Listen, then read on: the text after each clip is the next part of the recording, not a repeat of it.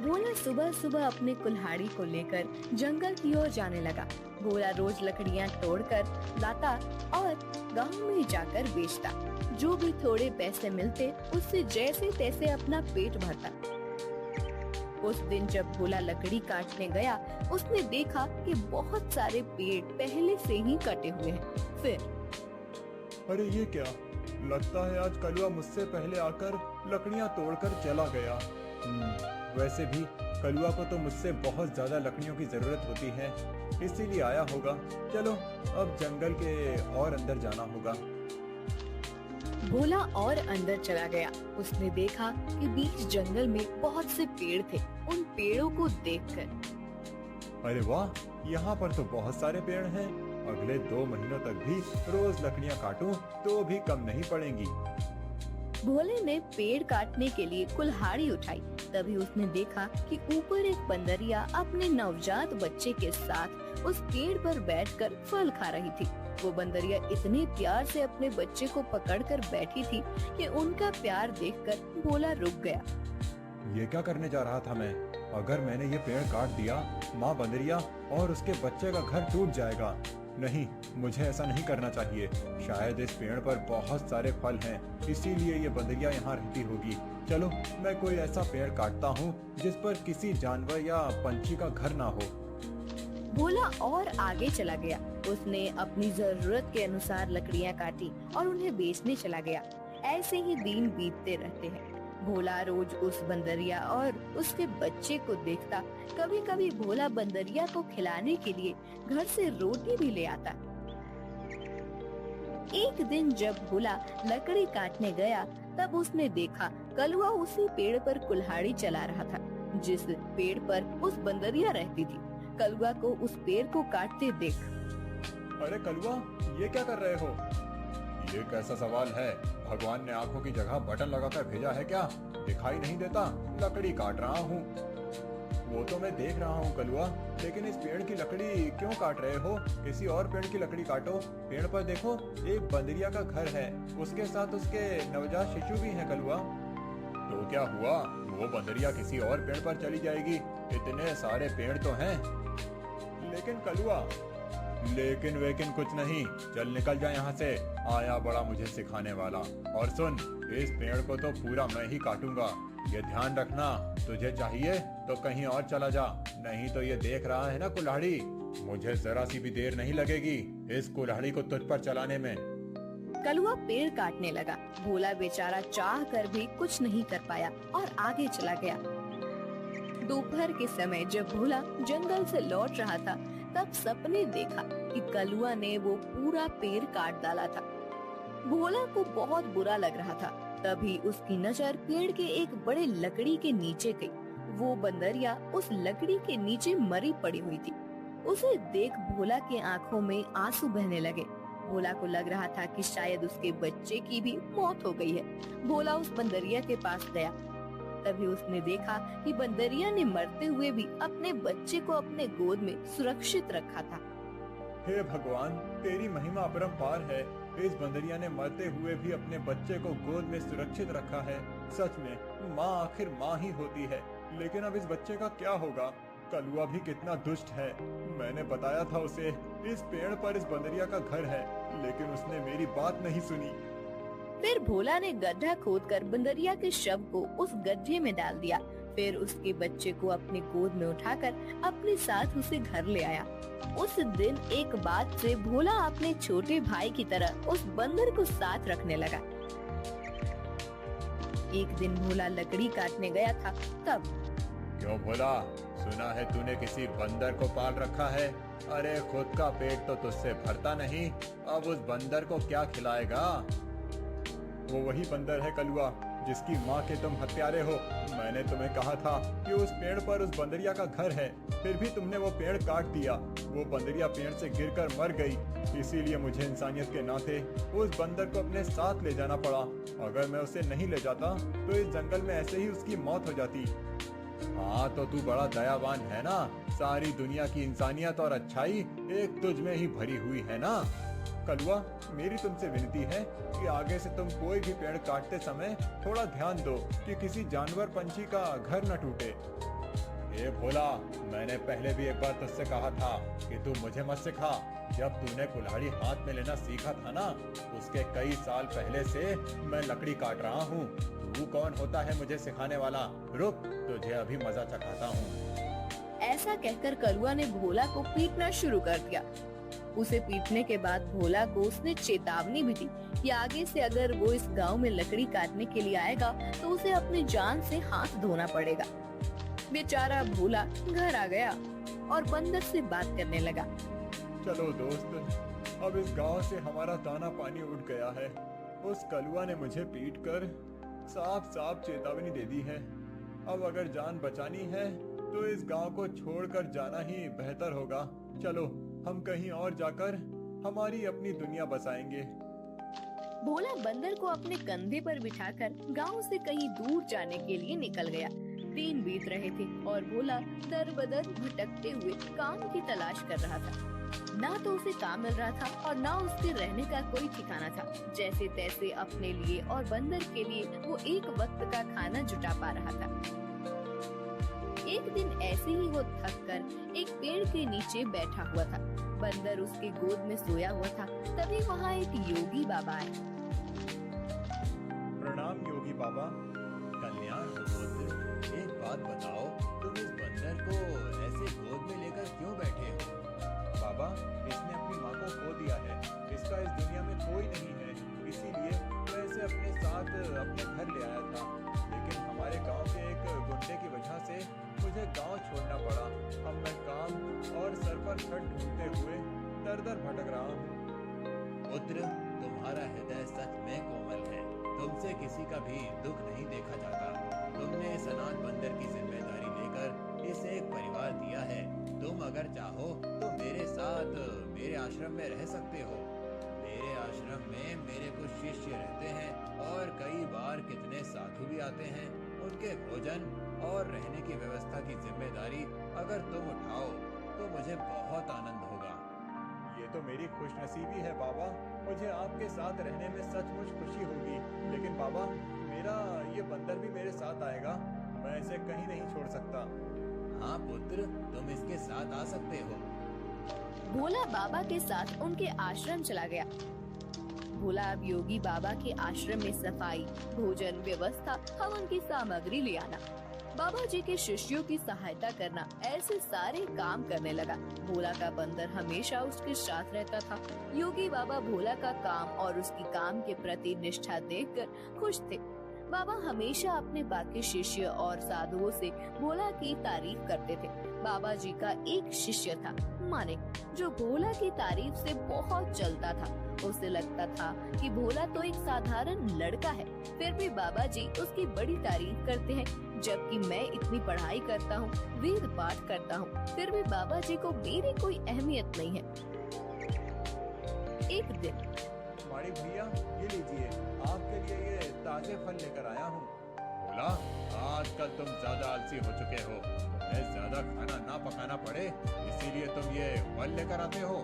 ऐसी बात नहीं है भैया, वो बाबूजी ने आज सबको फलहार करने को कहा है, इसीलिए मैं फल लेकर आया था। भोला बात कर ही रहा था कि तभी उसका दोस्त बंदर आया और उसने मानिक के फल खा लिए। अरे अरे, ये क्या? अरे संभालो तुम्हारे इस बंदर को। पूरे आश्रम को सर पर उठाकर रखा है। ये बंदर मेरे फल खा गया। बोला, अभी के अभी इस बंदर को भगाओ इस आश्रम से, नहीं तो मैं योगी बाबा से इसकी शिकायत करूंगा। मानिक भैया, मैं आपसे माफी मांगता हूँ और आपके लिए और फल लेकर आता हूँ, लेकिन मेरे इस भाई को मैं अपने से अलग नहीं कर सकता। मानिक को भोला पर बहुत गुस्सा आया। उसने योगी बाबा से भोला की शिकायत की, लेकिन बाबा जी ने भोला का पक्ष लेकर मानिक को ही सुना दिया और ध्यान मग्न हो गए। आज तो हद हो गई। इसकी वजह से गुरुजी ने मुझे डांटा। इसका कुछ करना ही पड़ेगा, लेकिन इस तरह कि मेरा नाम कहीं न जाए और इसकी छुट्टी हो जाए। कुछ दिन के बाद योगी बाबा को उस गांव के राजा ने अपने राजमहल में आने का आमंत्रण दिया। योगी बाबा अपने शिष्यों के साथ भोला को लेकर राजमहल चले गए। राजा ने उनकी बड़ी आओ भगत की। 2 दिन राजमहल में रहने के बाद सब आश्रम लौट गए। फिर 2 दिन के बाद राजा अपने कुछ दास और प्रधान के साथ आश्रम आए। क्षमा करें बाबूजी, यहाँ आकर आपको कष्ट दे रहा हूँ, लेकिन बात ही ऐसी है कि मुझे स्वयं आपकी भेंट लेने आना पड़ा। कोई बात नहीं, आपके आने का कारण बताइए। समझ नहीं आ रहा कैसे कहूँ बाबूजी, 2 दिनों से हमारी महारानी का नवलखा हार कहीं गुम हो गया है। समझ नहीं आ रहा कि कहाँ गायब हो गया। साफ साफ बताइए कि आप क्या कहना चाहते हैं। क्या हमारे जाने के बाद से वो हार गुम हुआ है? सच कहूँ तो हाँ। मतलब हम में से किसी ने वो हार चुराया है, ऐसा कहना है आपका?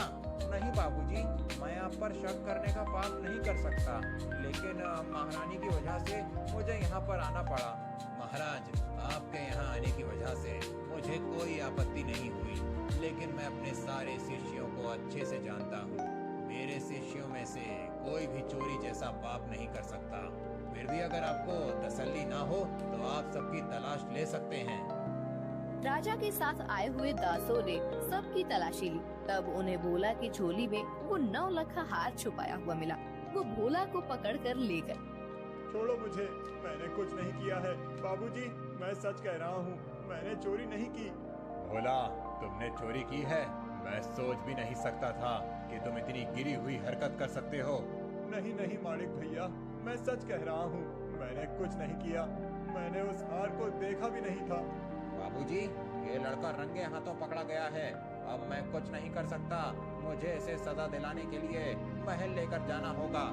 बाबूजी, मुझे बचा लीजिए, मैंने सच में कुछ नहीं किया। आप मुझे जानते हैं, मैं चोरी के बारे में सोच भी नहीं सकता।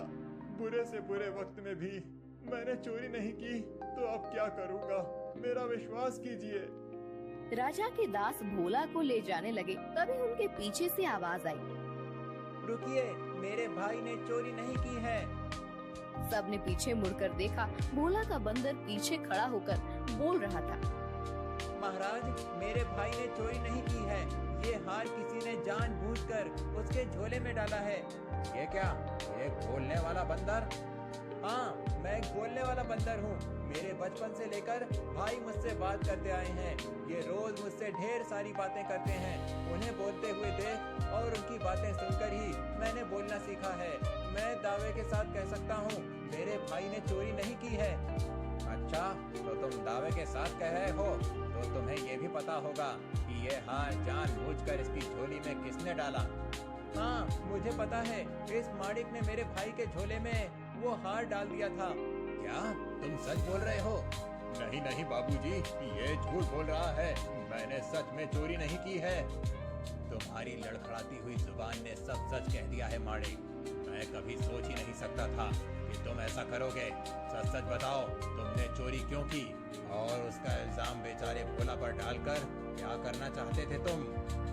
माणिक ने अपनी जलन के बारे में सब सच सच बाबा जी को बता दिया। महारानी के हार की चोरी के जुर्म में माणिक को पकड़ लिया गया। फिर भोला, तुम्हारा ये बंदर सच में बड़े काम का है। ये हमारे राज्य की बड़ी मदद कर सकता है। मैं चाहता हूँ कि तुम इसके साथ हमारे राज्य के गुप्तचर बन जाओ और हमारे शत्रुओं की गतिविधियों पर नजर रखो। इस बंदर पर किसी को शक नहीं होगा और तुम आसानी से सब पर नजर रख पाओगे। इस काम के बदले में तुम्हें बहुत धन दिया जाएगा। राजा जी की बात भोला को सही लगी। योगी जी ने उसमें हामी भरी। भोला अब राज्य का पहला ऐसा गुप्तचर बन गया जिसका साथ ही एक बंदर था।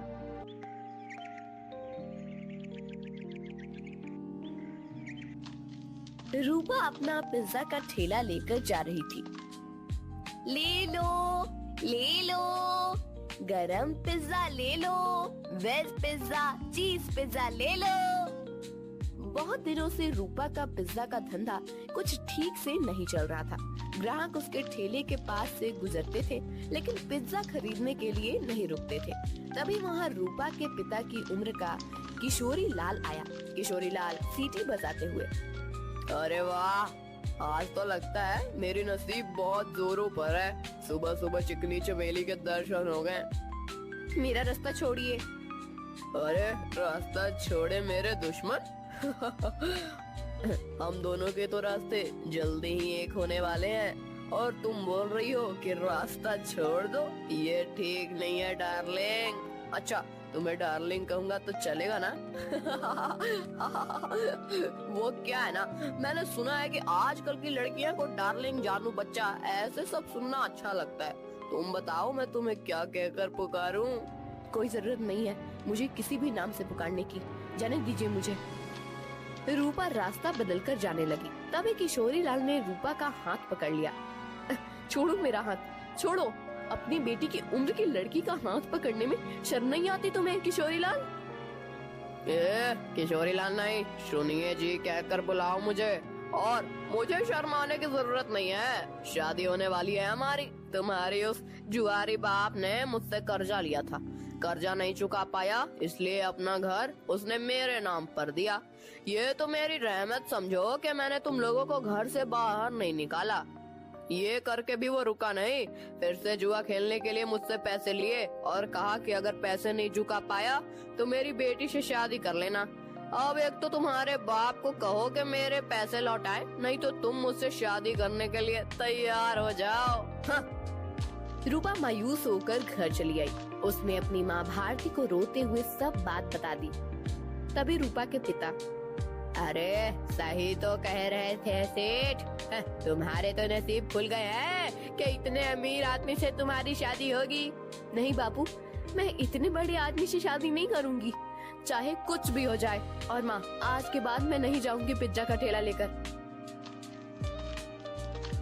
रूपा अंदर जाकर रोने लगी। अगले दिन से भारती पिज्जा बेचने जाने लगी। कुछ दिन हो गए, लेकिन फिर भी जितनी जरूरत थी उतना धंधा नहीं हो रहा था। भारती बहुत परेशान हो गई थी। दिन भर पूरे गांव में घूमने के बाद रात को भारती घर जा रही थी। वो एक जगह पर बैठ गई। हे भगवान, और कितनी परीक्षा लोगे हमारी। इतनी मेहनत करके भी पैसे हाथ में नहीं आते। पति है जिसे जुआ खेलने से फुर्सत नहीं मिलती। एक लौती बेटी है, इतनी रूपवती है, लेकिन उसके पीछे वो किशोरी लाल पड़ा है। मेरी बेटी को उस किशोरी लाल के चंगुल से कैसे बचाऊं? पता नहीं ये पिज्जा का धंधा क्यों चल रहा है। अगर पैसे नहीं मिले तो क्या करूंगी? भारती अपने आप से बात कर रही थी। तभी उसके पास एक बूढ़ी दादी आकर बैठ गई। क्या हुआ बेटी, क्यों रो रही हो? क्या बताऊं अम्मा, मेरे जीवन में इतनी परेशानियां हैं कि क्या कहूं। भारती ने अपनी राम कहानी बूढ़ी अम्मा को बताई। बेटा ये लो, कल से तुम ये मसाला डालकर पिज्जा बनाना। देखना, इस जादुई मसाले से जो पिज्जा बनेगा उसका स्वाद के चर्चे दूर दूर तक होंगे। जल्द ही तुम्हारी सारी परेशानियां दूर हो जाएंगी। भारती को वो मसाला देकर बूढ़ी अम्मा गायब हो गई। अगले दिन भारती ने उस जादुई मसाले से पिज्जा बनाया। अरे वाह माँ, आज तो पिज्जा की खुशबू बहुत अच्छी आ रही है। मैं एक खाकर देखूं? वाह माँ, ये तो सच में बहुत अच्छा बना है। कैसे बनाया तुमने ये? इसमें कुछ अलग डाला है क्या तुमने?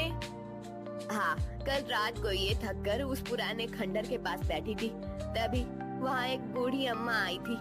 मैं बहुत परेशान होकर रो रही थी। तभी उन्होंने मुझे मेरे रोने का कारण पूछा। जब मैंने उन्हें हमारे बारे में सब सच बताया, तब उन्होंने मुझे ये मसाला दिया और कहा कि इसमें पिज्जा में डालकर पिज्जा बनाऊंगी तो पिज्जा का स्वाद बढ़ जाएगा। वही मसाला में डाला है अभी इसमें। क्या? उस खंडर के पास? माँ, तुम्हें पता नहीं वहाँ क्या है? तुम इतनी डर क्यों रही हो? ऐसा क्या है वहाँ पर? अरे माँ, कहते हैं कि वहाँ पर एक बूढ़ी का भूत रहता है। तुम्हें जो बूढ़ी अम्मा मिली थी, कहीं वो वही भूत तो नहीं थी? ये क्या बोल रही हो तुम बेटा?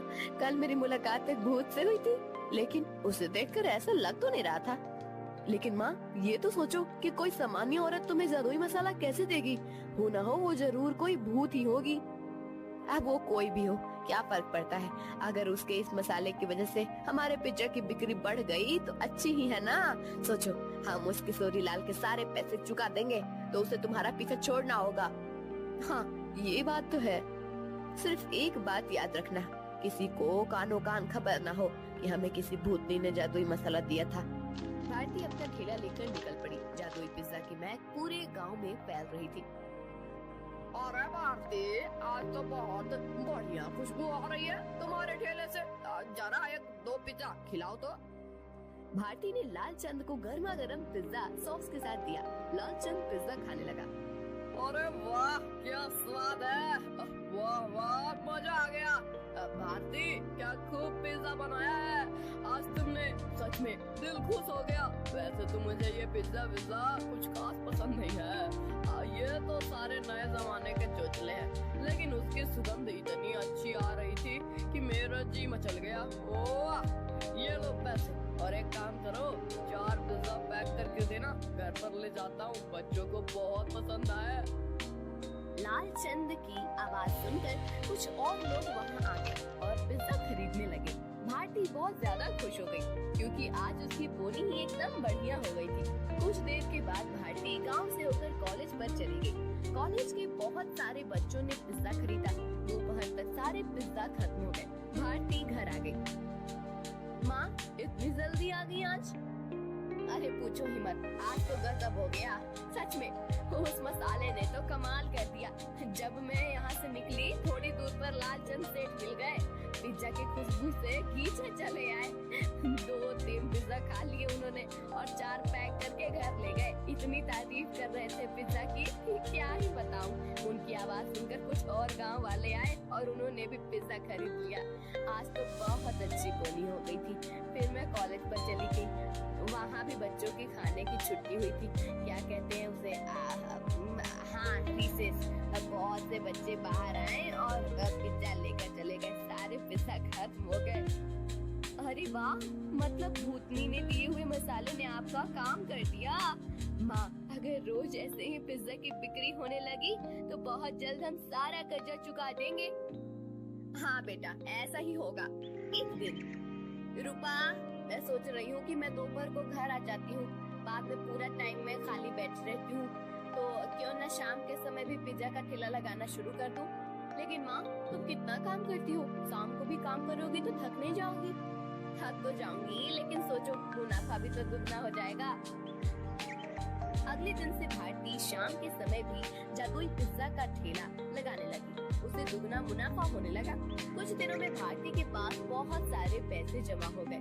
एक दिन वो कर्ज के सारे पैसे लेकर किशोरी लाल के कोठी पर चली गई। आओ भारती, आज सुबह सुबह मेरी कोठी पर लगता है शादी की बात करने आई हो। किशोरी लाल, मैं पागल नहीं हूँ जो मेरी रूपवती बेटी का हाथ उसके बाप की उम्र के आदमी के हाथ में दे दूँ। बिल्कुल तुम पर ही गई है तुम्हारी बेटी। कुछ दिन पहले वो भी यही कह रही थी, लेकिन शायद तुम दोनों को अभी तक समझ नहीं आया है कि रमेश ने ही मुझसे वादा किया है कि अगर उसने लिए हुए कर्जे को वो चुका नहीं पाया तो वो रूपा का हाथ मेरे हाथ में दे देगा और तुम लोग तो मुझे पैसे वापस करने से रहे। तो तुम्हारे पास चारा ही क्या है? अपने सपनों से बाहर आओ किशोरी लाल। कहीं ये कांच का सपना टूट गया तो उस टूटी हुई कांच के टुकड़े आँखों में चुभ जाएंगे और आँखों से खून बहने लगेगा। ये लो, मैं पैसे लेकर आई हूँ, तुम्हारा सारा कर्जा सूद समेत लौटा रही हूँ। क्या? कैसे? वो भी इतने सारे पैसे आए कैसे तुम्हारे पास? ये ले तेरे पैसे और आगे से मेरे दरवाजे पर आने की जरूरत मत करना। और हाँ, मेरी बेटी को आंख उठाकर भी मत देखना आज के बाद। भारती किशोरी लाल के कोठी से चली गई। किशोरी लाल अपने कंप्यूटर के सामने बैठकर स्टॉक एक्सचेंज में ट्रेड करने लगा। कुछ दिनों के बाद भारती को कॉलेज के कैंटीन में पिज्जा बनाने का काम मिल गया। उसने अब पिज्जा का ढाबा शुरू कर दिया था। दोपहर में भारती कॉलेज के कैंटीन में काम करती थी और शाम को रूपा के साथ मिलकर अपना पिज्जा ढाबा चलाती थी। एक दिन किशोरी लाल के कोठी पर, पापा आप ऐसे सर पर हाथ रखकर क्यों बैठे हैं? क्या बताऊं बेटी, कुछ दिनों से शेयर्स लगातार गिर रहे हैं, मुझे बहुत बड़ा लॉस हो गया है। क्या? तो अब आप क्या करेंगे? आप तो क्या, जितना भी पैसा बचा है उसे भी लगा देता हूँ। अगर 2 दिनों में शेयर्स ऊपर चले गए तो डूबे हुए सारे पैसे वापस मिल जाएंगे। लेकिन अगर ऊपर नहीं गए तो? शुभ बोल कल हुई, एक तो मैं पहले ही इतने टेंशन में हूँ और तू ऐसी बातें कर रही है। क्या अब यहाँ से? 3 दिन बीत गए लेकिन शेयर मार्केट ऊपर नहीं आया। किशोरी लाल के बच्चे कुछ पैसे भी डूब गए। उसे अपनी कोठी भी बेचनी पड़ी। अब किशोरी लाल रास्ते पर आ गया था। किशोरी लाल को लॉस से इतना धक्का लगा कि उसकी हालत बहुत खराब हो गई और उसने बिस्तर पकड़ लिया। घर की जिम्मेदारी अब शीतल पर आ गई। गांव में ही एक छोटे से टूटे फूटे घर में दोनों रहने लगे। 3 महीने के बाद, पापा ये लीजिए, दवाई पी लीजिए। बेटा, दवाई के लिए पैसे कहाँ से आए तुम्हारे पास? पापा, मैं एक जगह करती हूँ, उससे जो पैसे आते हैं उसी में दवाई लेकर आई हूँ। और पापा, मैंने इस घर का किराया भी दे दिया है और खाने के लिए राशन भी भर दिया है। अब आप सो जाइए, मुझे काम पर जाना है। ये सब उस भारती की वजह से हुआ है। जिस दिन से वो आकर मुझे खरी खोटी सुना कर गई, उसकी बेटी भी हाथ से चली गई। मैं छोड़ूंगा नहीं उस भारती को। पापा, अब तो समझिए, इसमें भारती चाची की कोई गलती नहीं है। रूपा मेरी उम्र की है। उसके साथ शादी की बात करने के बारे में सोचते हुए आपको शर्म आनी चाहिए थी। कौन सी माँ चाहेगी कि उसकी बेटी की शादी ऐसे आदमी से हो? मुझे बहुत दया आ रही है उन पर। दया तो उन्होंने हम पर दिखाई है पापा। मैंने आज तक आपको बताया नहीं, लेकिन हमारा घर जो चल रहा है ना, वो उनकी वजह से है। मैं भारती चाची के ढाबे पर ही काम करती हूँ। क्या सच? हाँ पापा, आपने उनके साथ इतना बुरा किया, उनका घर ले लिया, फिर भी उन्होंने हमारे बुरे वक्त में हमें सहारा दिया है। किशोरी लाल शीतल की बात सुनकर हक्का बक्का रह गया। उसने भारती को घर बुलाकर माफी मांगी। रूपा से बदतमीजी करने के लिए रूपा से भी माफी मांगी। शीतल भारती के साथ काम करते हुए पैसे कमाने लगी और धीरे धीरे उनकी भी जिंदगी सुधर गई।